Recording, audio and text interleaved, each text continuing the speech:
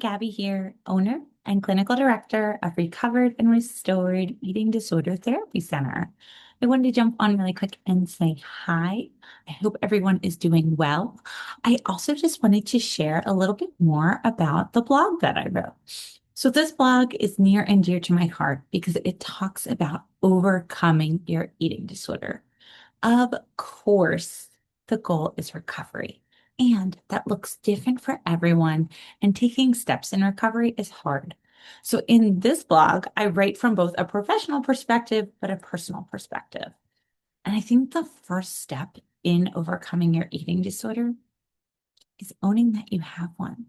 If you're not ready to call it out, it's okay. It took me a long time to say, I have anorexia.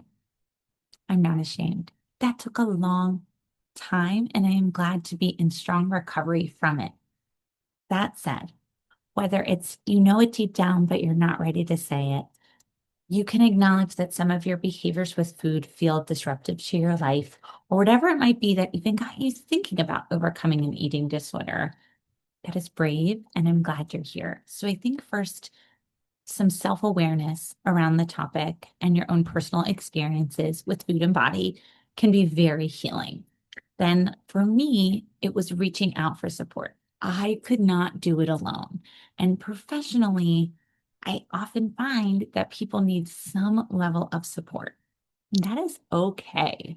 So reaching out for help, acknowledging that help is a privilege. I totally know that's hard to hear and acknowledge that it is. So reaching out for help is a great first step. And I talk about how to do that in the blog.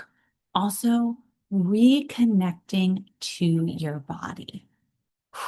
That's a hard one because sometimes we are so disassociated and disconnected from our bodies because being in our bodies for some reason or another felt too painful. But rebuilding that trust and reconnecting slowly and gently, compassionately can be very healing. Also, addressing what is under that. It's about the food, but it's not about the food, right? It's so much more. A lot of times we are using our eating disorders for safety and to cope. You don't need to cope using your body or food. You can cope in other ways and you can receive healing so that you don't have to cope. It just takes time. And that's kind of where I finish up the blog by just including that it takes time and it's okay and you are worthy. You are so worthy of recovery.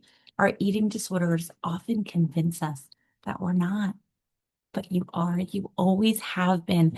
And recovery, recovering, some type of peace with food and body, whatever that may look like, and however you want to define it, is possible. So I will leave you guys with all of that. I encourage you to read this blog. If this blog resonates with you, even if you're not ready for help, but just want a little support, please reach out to us. Head to our website. There's lots of freebies on there. That can be a great place to start.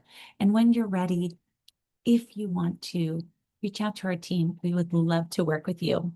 Please remember these videos are not therapy. They are just a supplement to help you along the way as you navigate life and recovery. If you want to learn more about us, head to our website. If you want help, please reach out today. We'd be honored to speak with you.